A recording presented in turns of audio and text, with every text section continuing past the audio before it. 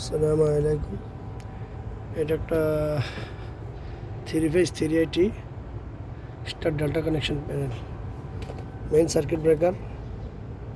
তারপরে হলো 3টা কন্ট্যাক্টর আমরা ইউজ করছি এখানে। এটা হলো ডেল্টা কানেকশন, আর এটা হলো স্টার কানেকশন, আর এটা হলো স্টার জাম্পার, যেটা আমরা স্টার কানেকশন করছি কি। তো এই দেখেন 3 ফেজ জাম্পার করে দিছি আমরা, L2 L1 L2 L3 তিনটা জাম্পার করে দিছি। তারপরে এখানে নিচে দেখেন 3 ফেজ 3টা চলে এসে এখানে, আর এই 3 ফেজ চলে আসে কোথায়, এই মোটরের 3 ফেজ। এই তিনটাকে আমরা স্টার করছি আর কি।